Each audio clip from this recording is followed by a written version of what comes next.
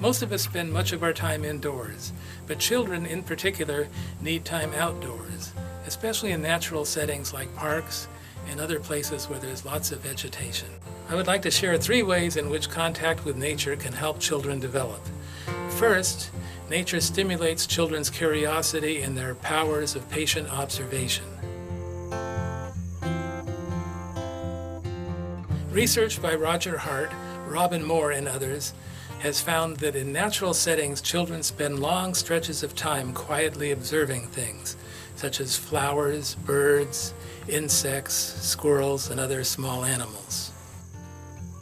In this time of widespread childhood hyperactivity, opportunities for patient observation are very important. Second, nature fosters children's creativity. In natural settings, children like to build things like forts or make designs out of rocks. And in fact, much of their poetry, the poetry they compose and their drawings, are inspired by nature. Third, nature instills a sense of peace and a feeling of being at one with the world. In natural settings, especially around ponds and other bodies of water, children often enter into a kind of daydream-like state where they feel at one with everything around them. They feel a deep calm and part of something much larger than themselves. Some call this a spiritual emotion.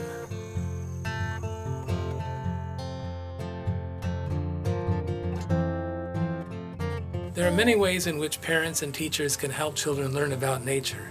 If you have a toddler, go on lots of walks together. Toddlers are active explorers. Let the toddler take the lead and follow just close enough for the sake of the child's safety. Give the child a chance for independent exploration.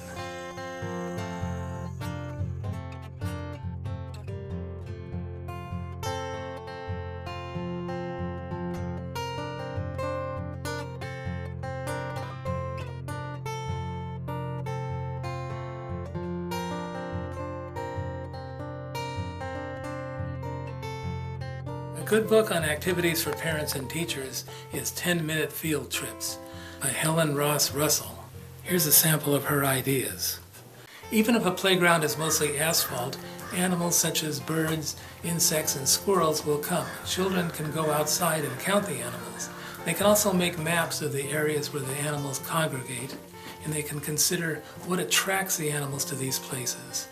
Variables such as food, shelter, and shade. A good project is gardening, such as making a vegetable garden. Children can choose the seeds they want, they can do research on what the kinds of vegetables will grow and how long it will take, they can take care of the plants, and then they can harvest them. If you have grass, children can inspect it. At first the grass looks all the same, but on closer investigation there are different varieties, and children can see the differences. They can also maybe smell the differences. If your yard has trees, children can go out and measure the circumference, feel the bark, and maybe find evidence that a tree is healing itself. Children are interested in injuries, and so they'll be happy to know that trees can heal themselves. Here is an arborist explaining the healing process. This is a 3-year-old wound on a white ash, and this is the healing tissue closing over the wound itself. It's 3 years old. And the tissue, the wound itself is hardened, right? Yes. Sometimes the tree covers the wound all the way over. At other times, a hole is left that animals might make their homes in.